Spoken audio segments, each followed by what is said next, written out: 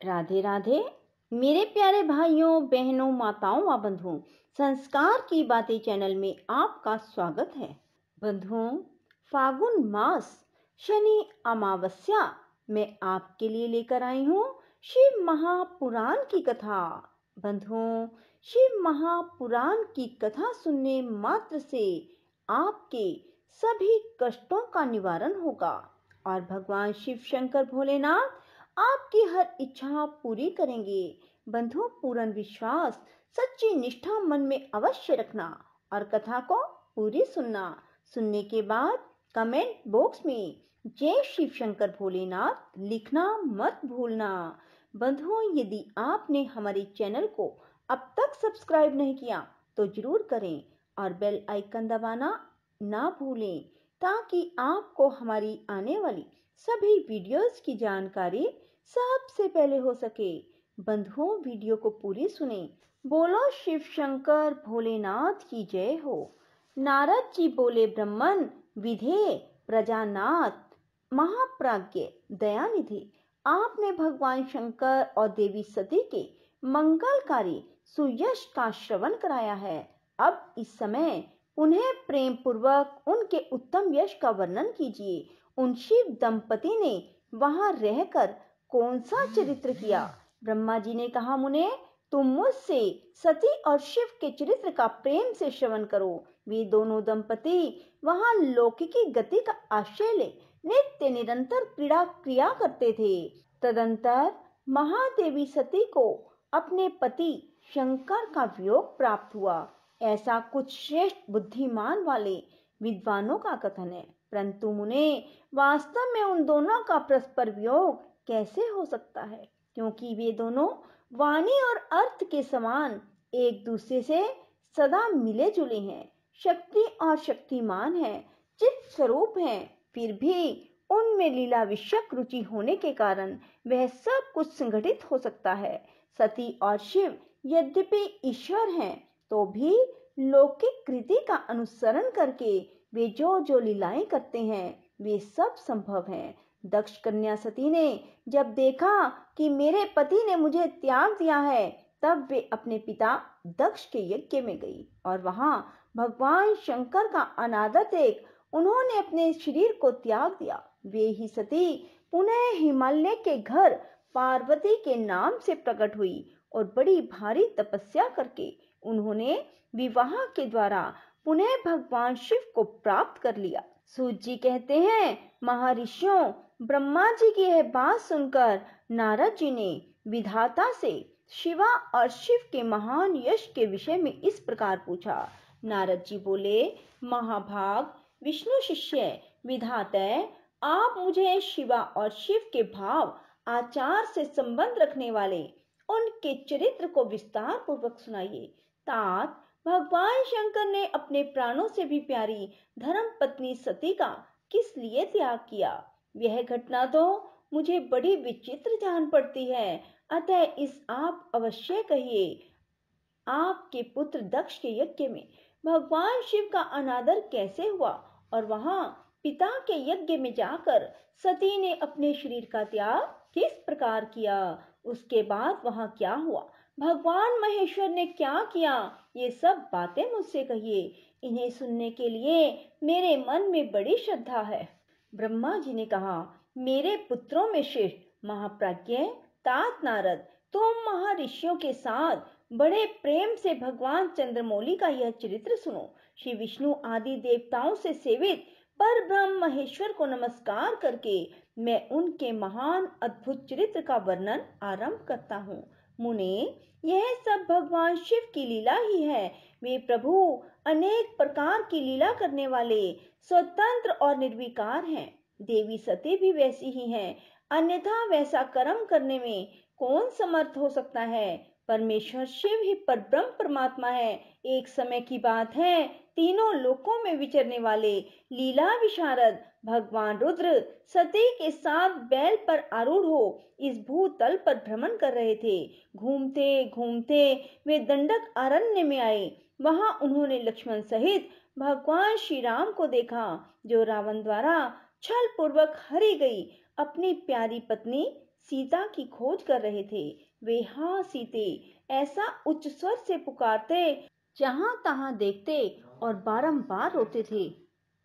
उनके मन में विरह का आवेश छा गया। सूर्य वंश में उत्पन्न वीर भूपाल दशरथ नंदन भरत अग्रज श्री राम आनंद रहित हो लक्ष्मण के साथ वन में भ्रमण कर रहे थे और उनकी कांति फीकी पड़ गई थी। उस समय उदार चेता पूरन काम भगवान शंकर ने बड़ी प्रसन्नता के साथ उन्हें प्रणाम किया और जय जयकार करके वे दूसरी ओर चल दिए। भक्त वत्सल शंकर ने उस वन में श्री राम के सामने अपने को प्रकट नहीं किया।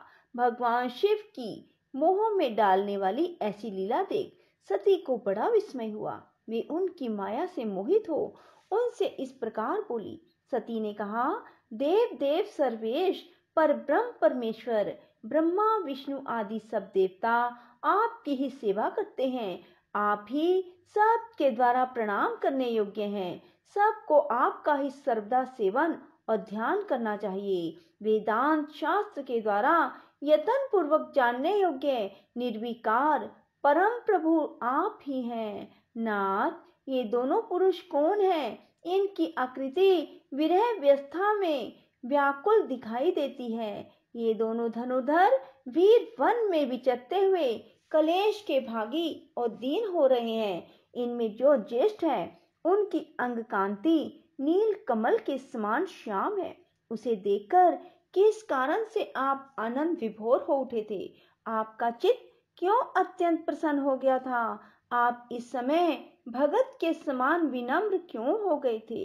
स्वामिन कल्याणकारी शिव, आप मेरे संशय को सुने। प्रभु सेव्य स्वामी अपने सेवक को प्रणाम करें, यह उचित नहीं जान पड़ता। ब्रह्मा जी कहते हैं, नारद, कल्याणमयी परमेश्वरी आदि शक्ति सती देवी ने शिव की माया के वशीभूत होकर जब भगवान शिव से इस प्रकार प्रश्न किया, तब सती की वह बात सुनकर लीला विशारद परमेश्वर शंकर हंसकर उनसे इस प्रकार बोले। परमेश्वर ने कहा, देवी सुनो, मैं प्रसन्नता पूर्वक यथार्थ बात कहता हूँ, इसमें छल नहीं है। वरदान के प्रभाव से ही मैंने इन्हें आदर पूर्वक प्रणाम किया है। प्रिय, ये दोनों भाई वीरों द्वारा सम्मानित हैं। इनके नाम है श्री राम और लक्ष्मण। इनका प्राकट्य सूर्य वंश में हुआ है। ये दोनों राजा दशरथ के विद्वान पुत्र हैं। इनमें जो गोरे रंग के छोटे बंधु हैं वे साक्षात शेष के अंश हैं। इनका नाम लक्ष्मण है। इनके बड़े भैया का नाम श्री राम है। इनके रूप में भगवान विष्णु ही अपने संपूर्ण अंश से प्रकट हुए हैं। उपद्रव इनसे दूर रहते हैं। ये साधु पुरुषों की रक्षा और हम लोगों के कल्याण के लिए इस पृथ्वी पर अवतीर्ण हुए हैं। ऐसा कहकर सृष्टिकर्ता भगवान शंभु चुप हो गए। भगवान शिव की ऐसी बात सुनकर भी सती के मन को इस पर विश्वास ना हुआ।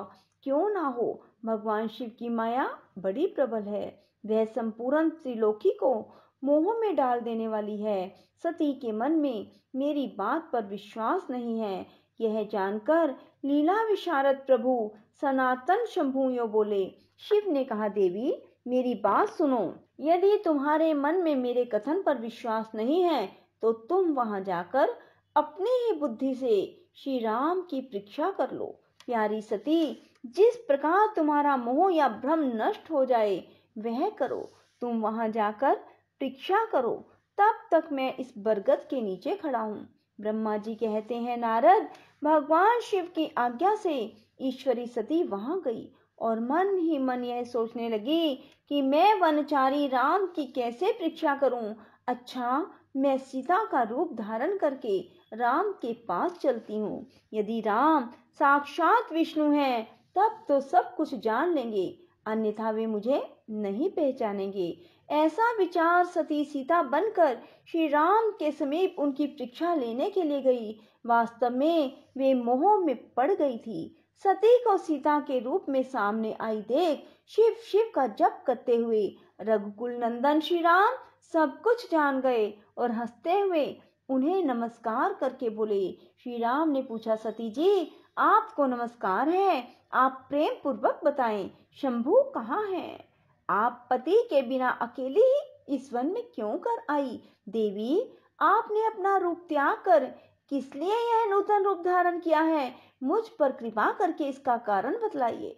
श्री रामचंद्र की यह बात सुनकर सती उस समय आश्चर्यचकित हो गई। वे शिव जी की कही हुई बात का स्मरण करके उसे यथार्थ समझकर बहुत लज्जित हुई।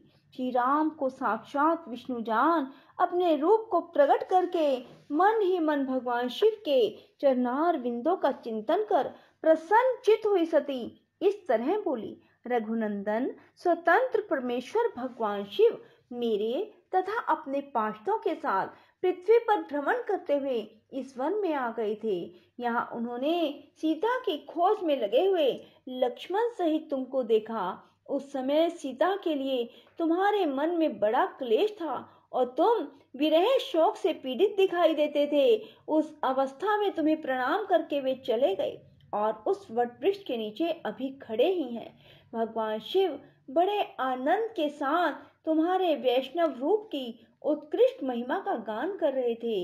यद्यपि उन्होंने तुम्हें चतुर्भुज विष्णु के रूप में नहीं देखा, तो भी तुम्हारा दर्शन करते ही वे आनंद विभोर हो गए। इस निर्मल रूप की ओर देखते हुए उन्हें बड़ा आनंद प्राप्त हुआ। इस विषय में मेरे पूछने पर भगवान शंभु ने जो बात कही उसे सुनकर मेरे मन में भ्रम उत्पन्न हो गया।